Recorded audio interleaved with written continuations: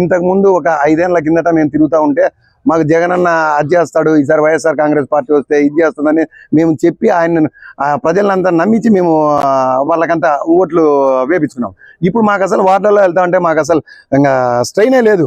వాళ్ళంతా మేము గుమ్మం దగ్గరికి వెళ్తానే మీరు అసలు ఆలోచించద్దండి అన్న, మాకు ఇన్ని పథకాలు వచ్చిన తర్వాత మేము ఏం చేస్తా ఉన్నాం నాకు అర్థం కావట్లేదు, మేము ఖచ్చితంగా ఆయన గెలిపించుకుంటా ఉంటాం. దాంతో మాకు బడ్డం తప్పిపోయింది. అసలు మేము పోతా ఉంటే కన్నా వాళ్ళ ముఖ కవలికల్లోనే ఆనందాన్ని చూస్తూ ఉంటే కన్నా అసలు 100% 175 కొట్టేస్తాం అనే ఆలోచనలో మేము కూడా ఉన్నాం.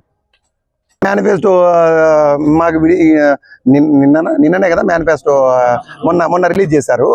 జగనన్న రిలీజ్ చేసిన వెంటనే దాని నుంచి మాకు ఇంకా రెట్టింపు ఉత్సాహం వచ్చేసింది. మేనిఫెస్టోలో మాకు అన్ని స్కీములతో సహా ఇంకా అదనపుగా ప్రజల మీద ఇచ్చినాడు తప్ప స్కీములకి వేరేది ఏం లేదు కదా. దాంట్లో ఇంకొక సమస్య ఏంటంటే అందరు రుణమాఫీ ఇప్పుడు బడ్జెట్ 1 లక్ష కోట్లు అయితే 2 లక్షల కోట్లు యానం చేసిన ఆయన అంత క్లియర్గా చెప్తా ఉంటే ప్రజలందరికీ దాంట్లో ఒక అవగాహన వచ్చేసింది. ప్రజలందరికీ దాన్ని కూడా 100% ఈ మేనిఫెస్టోతో ఇంకా కొంచెం మెజార్టీ పెరిగే అవకాశాలు మెండుగా ఉన్నాయి.